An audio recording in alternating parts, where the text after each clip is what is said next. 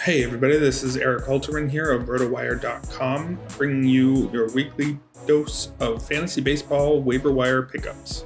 Got a pair of hitters and a pair of pitchers today. We'll start with the hitters and veteran first baseman Joey Votto. Votto is a guy who's been known throughout his career as someone who's elite at getting on base, but maybe only very good in the power department, which makes him underrated in some circles and makes him maybe slightly less useful in fantasy than in real life, unless you play in a league that uses on-base percentage. But this year he's kind of changed up his profile a bit in ways that are somewhat negative in isolation. He has his career worst strikeout rate of 23.3%. To go with a walk rate of 9.9%, that's his lowest since his rookie season back in 2007. But he's trading some of that contact in order to keep as much of his power as possible, which is a transition that some sluggers make late in their careers to preserve some value, and I think makes him a little bit more interesting for fantasy purposes. He's actually hitting the ball as hard as we've seen almost in the StatCast era. His 13.4% barrel rate is up from 9.1% last season, and his hard hit rate has made a similar jump up from 35.7% to 49.3%. He's been particularly hot over his last 19 games, hitting .314 with 5 homers and 16 RBI. And on the season as a whole, he's homered 10 times in 50 games. So that's the equivalent of 32 over a full season, which would be his third highest total.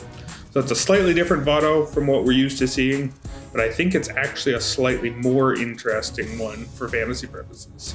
We'll slide over to shortstop, but stick within the same division to talk about Brewers shortstop Willy Adames.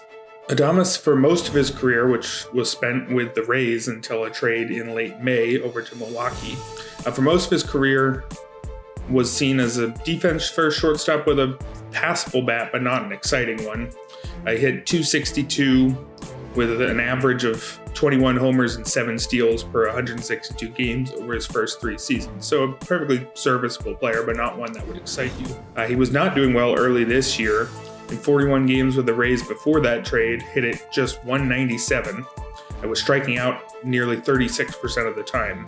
But since moving to Milwaukee, he's cut that strikeout rate to 23.5%, and he's hitting .280 as a result.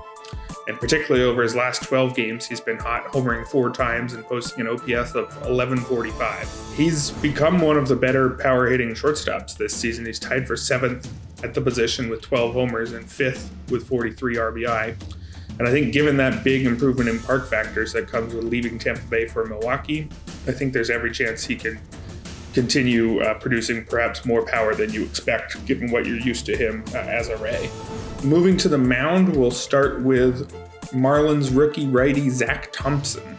Thompson is one we don't have much of a track record for. He's made just 4 big league starts this season, but it's hard not to get excited about a 1.50 ERA and a 1.00 whip, especially when those numbers come with a 34.2% strikeout rate.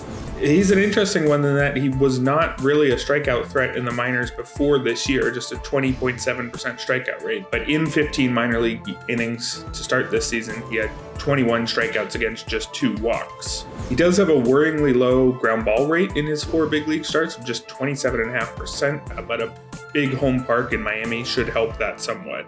Thompson's gotten to his strong strikeout rate thus far by using both his fastball and his cutter nearly equal amount of the time. The cutter's actually slightly ahead at 37% usage.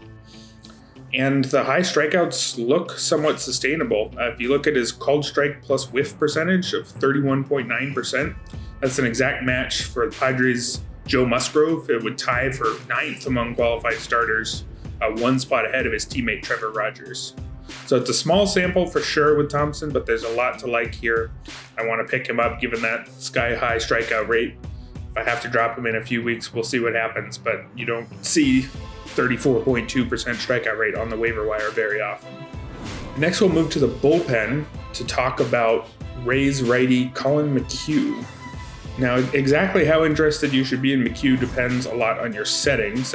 He's not a closer, and you can't necessarily roster non-closing relievers in every setup, although I find they're quite useful, especially in daily moves leagues. You want as many relievers in your lineup as you can really afford when you rotate the starters through the other spot. In weekly moves leagues, it's still quite useful to have a trustworthy multi-inning reliever to use when some of your starters have tough matchups. I think McHugh really fits the bill this season. He's someone who hasn't pitched in a high level for a few years. He opted out of last season while recovering from an arm procedure, and he had a 4.70 ERA in 2019. But the year before that, he had a 1.99 ERA, which looks a lot like his 2.05 ERA this season. Importantly, for fantasy purposes, he's averaging 5 outs per appearance over his 18 appearances. He's striking out 36.4% of opposing batters on the season against just a 5.8% walk rate. And again, going back to that strong 2018 season, very similar numbers, 33.2% strikeout rate against a 7.4% walk rate. So he's a guy who we've seen pitch at this level before, even if it was a few years ago. If you want a few strikeouts and some help with your ERA and WHIP, and while avoiding a tough outing for one of your other starters, I definitely think a guy like McHugh is good to have at the back end of your pitching